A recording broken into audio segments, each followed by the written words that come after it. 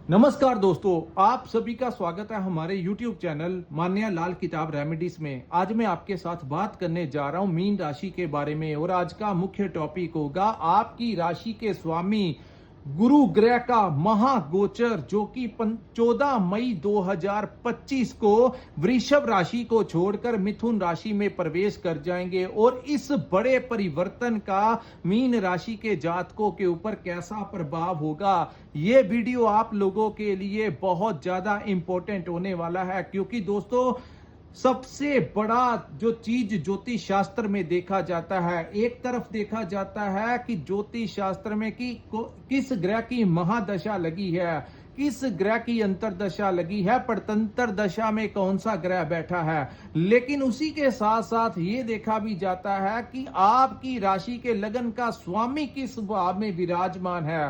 तो यहां पर बहुत बड़ा परिवर्तन जो है आपके पक्ष में होने जा रहा है। दोस्तों, 14 मई 2025 के दिन बड़ी तीव्र गति के साथ गुरु जो हैं आपके चतुर्थ भाव में विराजमान हो जाएंगे। यानी कि इस समय में जो साढ़े सती का प्रभाव आपके ऊपर चल रहा है उसमें बहुत बड़ा, कहते हैं जब चारों तरफ से इंसान को दिक्कतें परेशानियां आती हैं तो ईश्वर को जो मानता है वो ये भी जानता है कि ईश्वर कोई ना कोई रास्ता उस इंसान के लिए खोल देते हैं जिससे वो अपने घर परिवार का अपना गुजारा जो है वो कर सके।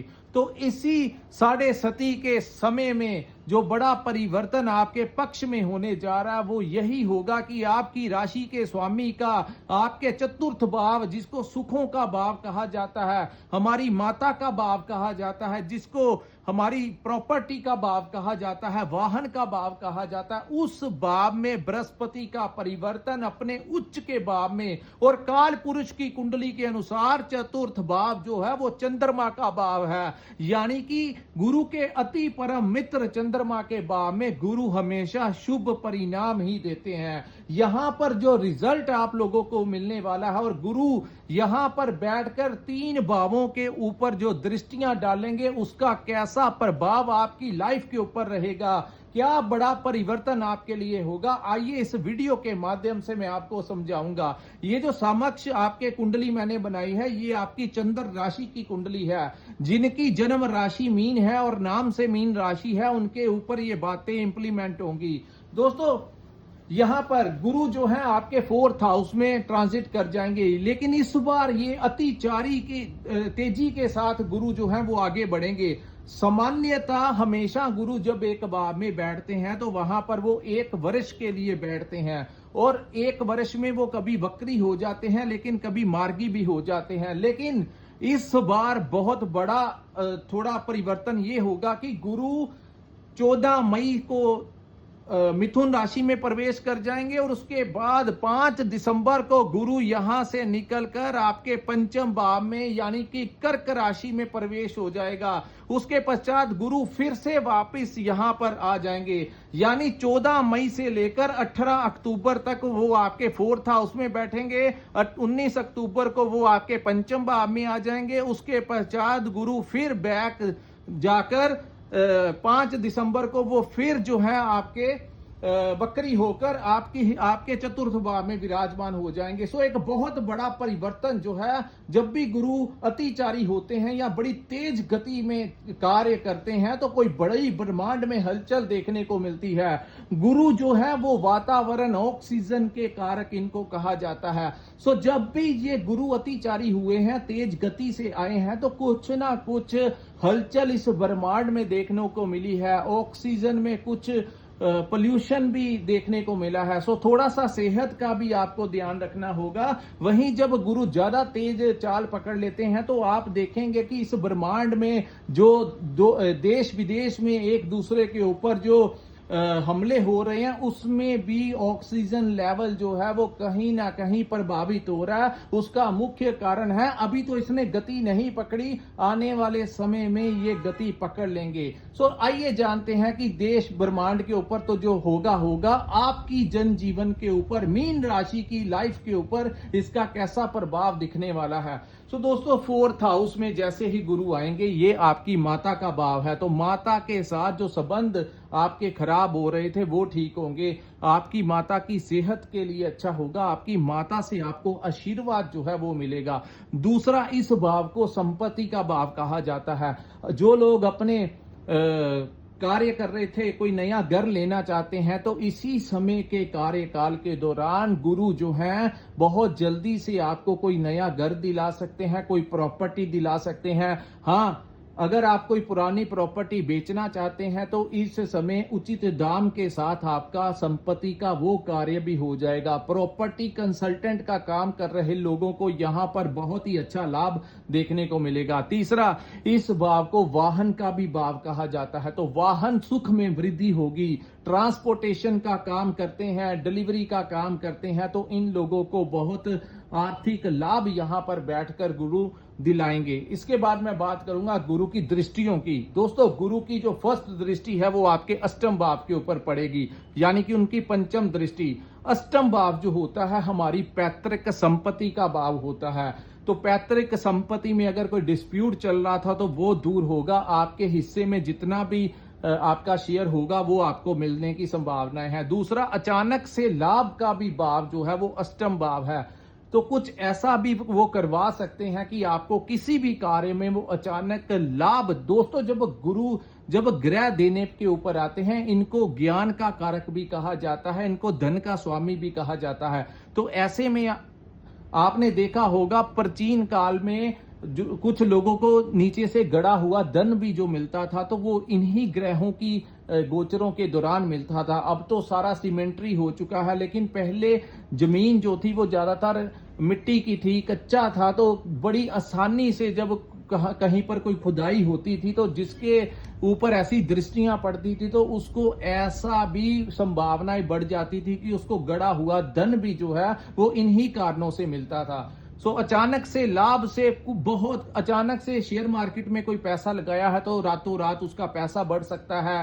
तो स्टॉक मार्केट में आपको बहुत सारा लाभ मिल सकता है। तो ऐसे कार्य जो है वो गुरु की दृष्टि करवाने के में सक्षम होगी। दूसरा, इस भाव को रिसर्च का भी भाव कहा जाता है। सो जो लोग रिसर्च के क्षेत्र में काम करते हैं, ज्योतिष हैं, तंत्र विद्या से जुड़े हैं, डॉक्टर्स हैं, इंजीनियर्स हैं, आए दिन कोई नई क्रिएटिविटी करते हैं, कुछ नया ही अपने दिमाग से कुछ नया ही खोज निकालते हैं, वो उन लोगों का नेम और फेम यहाँ पर बढ़ता हुआ नजर आएगा और उन लोगों को भी आर्थिक लाभ यहाँ पर वो दिलाते हुए नजर आएंगे। सो बहुत बड़ा टॉपिक रिसर्च का, ज्ञान का जो गूढ़ ज्ञान का जो टॉपिक है उसमें मीन राशि वाले अगर कोई कार्य कर रहे हैं तो उनको बहुत लाभ यहां पर मिलता हुआ दिखाई देगा। अष्टम भाव जो है वो मेडिटेशन का भी भाव है। तो मेडिटेशन यानी कि आप इस समय जहां पर धन दौलत पैसे की तरफ अपना झुकाव रखेंगे, वहीं आप ईश्वर के प्रति, मोक्ष के प्रति, जो इस दुनिया को चलाता है, जो इस ब्रह्मांड को चलाता है, उसके संपर्क में आने के लिए आप भक्ति भावना भी जो है वो आपकी आने वाले समय में बढ़ती हुई नजर आएगी। सो गुरु जो है आपको आध्यात्मिक झुकाव की तरफ भी आपका मन जो है वो प्रेरित करेंगे। इसके बाद दोस्तों, गुरु की जो दूसरी दृष्टि है, ये दृष्टि बड़ी इंपॉर्टेंट होगी, जो सामने पड़ती है। किसी भी ग्रह की जो सामने जब वो देखता है तो वो दृष्टि की बड़ी इंपॉर्टेंस होती है। तो गुरु की दृष्टि अपने ही स्थान यानी धनु लगन के ऊपर, आपके कर्म स्थान के ऊपर पड़ने से इस भाव को हमारे व्यापार का भाव कहा जाता है, इस भाव को हमारे कर्मों का भाव कहा जाता है कि हम हमारा दुनिया में हमारे कर्म स्थान के ऊपर हम क्या कार्य करते हैं, वही व्यवसाय करते हैं, नौकरी करते हैं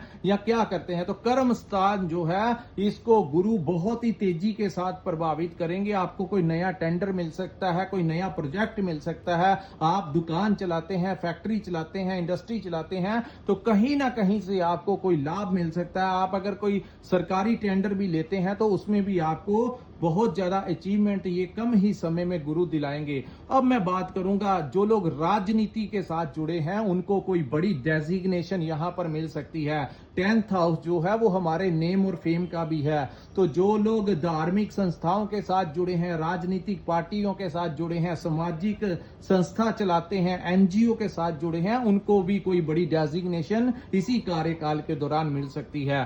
तो जो लोग अब नौकरी करते हैं तो नौकरी वाले स्थान के ऊपर गुरु की उच्च की दृष्टि पड़ने से यहां पर आपके प्रमोशन होने के चांसेस हैं। आपकी कोई अच्छी जगह पर स्विचिंग हो सकती है, आप कहीं दूसरी जगह के ऊपर जा सकते हैं। एक तो राहु आपके यात्राओं के भाव में बैठ जाएंगे, दूसरा गुरु की दृष्टि का कर्म भाव के ऊपर पड़ना कहीं ना कहीं आपको उन रास्तों की तरफ लेकर जाएगा जिन रास्तों में आगे चलकर आपको लाभ मिलेगा।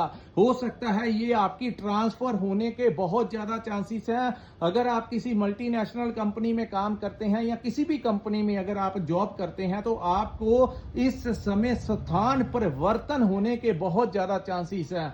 आपके पास अगर कोई ऐसे ऑफर्स आ रहे हैं तो कृपया नीचे कमेंट करके बताइए कि एक नया टर्निंग पॉइंट जो है वो आपकी तरफ आ रहा है। तो उसके कारण एक तो राहु है, दूसरा गुरु भी उसके कारण है। तो चीजें जो कड़ियां होती हैं वो कहीं ना कहीं आपस में जुड़ती हुई दिखाई देती हैं। अकेला ग्रह ही सारे परिणाम नहीं दे देता, उसके साथ अन्य ग्रहों का भी प्रभाव होता है, तभी एक बहुत बड़ा चेंज जो है, क्योंकि राहु उच्च के होकर आपके विदेश के आपकी यात्राओं के भाव में बैठने वाले हैं, लेकिन वो प्रभाव जो है इसी महीने इसी समय पर शुरू हो जाएगा। जहां गुरु अतिचारी होकर जल्दी रिजल्ट देंगे, वहीं राहु आने से पहले ही यानी कि 18 मई को राहु का परिवर्तन होगा और 14 तारीख के पश्चात बड़ी तेजी के साथ जो मैं बातें आपको बताने वाला हूं ये आपके ऊपर इंप्लीमेंट होने वाली हैं। तो यहां पर आपको आपके सीनियर अधिकारियों का सहयोग यहां पर मिलता हुआ दिखाई देगा। आपके हायर अथॉरिटी जो है वो आपकी बातों को मानेगी, आपके काम की प्रशंसा करेगी, जिससे आपकी सैलरी बढ़ेगी, आपको पैकेज अच्छा मिल सकता है, आपकी किसी अच्छी जगह पर स्विचिंग हो सकती है। तो ऐसी संभावनाएं गुरु जो है वो बनाते हुए नजर आ रहे हैं। तीसरी दोस्तों यहां पर बैठे हुए हैं, यहां पर बैठे होंगे राहु, जो कि विदेश यात्रा और मोक्ष का भाव है। इस समय जो लोग विदेश जाने के चाहवान हैं उनका वीजा लगने की चांसेस बढ़ जाएंगे। जो लोग विदेश में रहते हैं उन लोगों को वहां पर अच्छा कार्य मिल सकता है, उनकी वहां पर प्रमोशन हो सकती है। अगर वो वहां पर कोई काम बिजनेस करते हैं तो बिजनेस अच्छा चल सकता है। नौकरी नहीं मिली थी तो नौकरी वहां पर उनको मिल जाएगी। अगर वहां पर उन्होंने कोई पीआर वगैरह अप्लाई करना है या किया हुआ है तो बहुत ज्यादा चांसेस होंगे मीन राशि के वो जातक जो विदेश जाने वाले हैं या विदेश रहते हैं उन लोगों को जो 7 समंदर पार हैं उनको इससे भी ज्यादा फायदा ये आने वाला समय दिखाएगा। जो लोग इंपोर्ट एक्सपोर्ट का काम करते हैं, कोई ऐसा काम करते हैं, ये यात्राओं से ट्रैवलिंग के साथ टूर एंड ट्रैवल का काम करते हैं, जो लोग इंपोर्ट एक्सपोर्ट का कोई ऐसा काम करते हैं जिसकी सोर्स ऑफ इनकम किसी विदेश के भाव के साथ जुड़ी है, तो उन लोगों को भी बहुत ज्यादा फायदा होगा। हालांकि कुछ ज्योतिषों के अनुसार इसको चंडाल दोष का भी नाम दिया जाएगा, लेकिन हर बार जो है ये बुरा नहीं होता। राहु यहां पर बैठ जाएंगे, अगर ये गुरु का भाव है तो ये राहु का भी भाव है, तो यहां पर राहु आपको नुकसान नहीं देंगे। वहीं गुरु भी अपनी उच्च काल पुरुष की कुंडली के अनुसार चतुर्थ भाव में गुरु का आना बहुत ही शुभ समय का प्रतीक दिया है। तो जो लोग साढ़े सती के कारण बहुत ज्यादा परेशान हो रहे थे, बहुत सारी समस्याओं से घिरे हुए थे, उन लोगों को मैं यहां पर यही कहना चाहूंगा कि ये अब जो परिवर्तन होगा वो काफी हद तक मीन राशि का फेवर करेगा। उसके बाद जैसे ही अक्टूबर का समय आएगा तो 19 अक्टूबर को गुरु यहां से निकलकर आपके पंचम भाव में उच्च के हो जाएंगे। पंचम भाव जो होता है यहां पर वो आपको संतान प्राप्ति के योग बनाएंगे। यहां पर वो आपकी अगर शिक्षा में कोई बड़ा आप लोगों को कोई नया रास्ता दिखाएंगे। और इसके पश्चात जैसे ही गुरु अक्टूबर के महीने में यहां पर आएंगे तो गुरु की 9वीं दृष्टि है वो आपके लगन के ऊपर, जहां पर शनि बैठे हुए हैं, इनके ऊपर पड़ेगी। तो साढ़े सती में जो लोग शनि की महादशा या अंतरदशा या साढ़े सती से पीड़ित अवस्था में होंगे, गुरु की दृष्टि जैसे ही शनि के ऊपर पड़ेगी तो शनि अपना नकारात्मक प्रभाव देना कम कर देंगे। यानी यहां पर बैठे शनि का जो मेन कारण था कि आपको आए हुए जो अवसर हैं उनको रिसीव नहीं करने देना। दोस्तों, जब इस समय शनि आपके लगन भाव में चल रहे हैं, यहां पर उन लोगों को ज्यादा समस्याएं आएगी जिनका जन्म कुंडली में चंद्रमा खराब अवस्था में है। लेकिन अगर जिनका चंद्रमा खराब अवस्था में नहीं है, अच्छी अवस्था में है, वो तो सारा कुछ समझ जाएंगे। लेकिन यहां पर मैं इस वीडियो के माध्यम से उन लोगों को यह बताना चाहूंगा कि अगर चंद्रमा खराब है आपकी जन्म कुंडली में, तब भी हिम्मत कीजिए, आगे बढ़िए, तभी जाकर आप शनि के इस प्रभाव को रोक पाएंगे। क्योंकि बहुत सारे लोग कहते हैं कि हमें कोई उपाय दीजिए। उपाय करना अलग चीज है, प्रैक्टिकली आगे बढ़ना, प्रैक्टिकली कर्म, आफ्टर ऑल कर्म ही तो सब कुछ है। आप लोगों को शनि यहां पर आए हुए अवसरों को त्यागने की कोशिश करवाएगा। लेकिन यहां पर जो लोग ये बातें सुन रहे हैं, जो भी करियर के लिए अवसर आए उसको आपने इंप्लीमेंट कर देना है, अवसर हाथ से नहीं जाने देना है। शनि का कार्य है कि आपकी आंखों को बंद करना, लेकिन गुरु के अनुसार आपको आगे बढ़ना होगा, राहु के अनुसार आगे बढ़ना होगा, तभी जाकर आप शनि के इस प्रभाव को कम कर पाएंगे। मैं इस वीडियो के अंत में आपको उपाय भी बताऊंगा, लेकिन ये भी उपाय किसी बड़े रामबाण उपाय से कम नहीं है कि अवसर आएंगे, आपने ठुकराना किसी को नहीं है। अपनी बुद्धि से आप देखें और आगे बढ़ना, अवसर बार बार नहीं मिलेंगे। यही मैं आपको बताना चाहता हूं कि आप मैनेजमेंट जो है आप लोगों को, हिम्मत जो है आप लोगों को ही करनी पड़ेगी। ये ना हो कि कहीं मल्टीनेशनल कंपनी का आपको स्विचिंग का ऑफर आया और आप घबरा कर कहें कि कोई नहीं, दूसरा ऑफर आएगा तभी मैं आगे बढ़ूंगा। तो दूसरा ऑफर नहीं आएगा, अभी जो आ गया वही आ गया, आप उसी को स्वीकारिए और उसी को लेकर आपको आगे बढ़ना होगा। यही साढ़े सती के प्रभाव को कम करने का सबसे बड़ा उपाय होगा। उसके बाद दोस्तों, ये जो पंचम भाव में गुरु आना आपकी संतान की प्राप्ति करवाएगा। यहां पर आपकी लव लाइफ में आपको बहुत अच्छा सपोर्ट दिलाएगा, आपकी लाइफ में कोई नया आ सकता है। इसके पश्चात आपके करियर को लेकर नए अवसर आपको गुरु के पंचम भाव में आपकी बुद्धि और विवेक को वो बढ़ाएगा। तो ये ओवरऑल देखा जाए तो ये पूरा वर्ष, ये पूरा आने वाला साल गुरु आप लोगों के लिए अतिचारी बनकर बहुत ज्यादा सपोर्ट जो है वो मीन राशि वालों की करते हुए नजर आएंगे। सो दोस्तों, ये था मीन राशि वालों के लिए गुरु के महागोचर का कैसा प्रभाव रहेगा।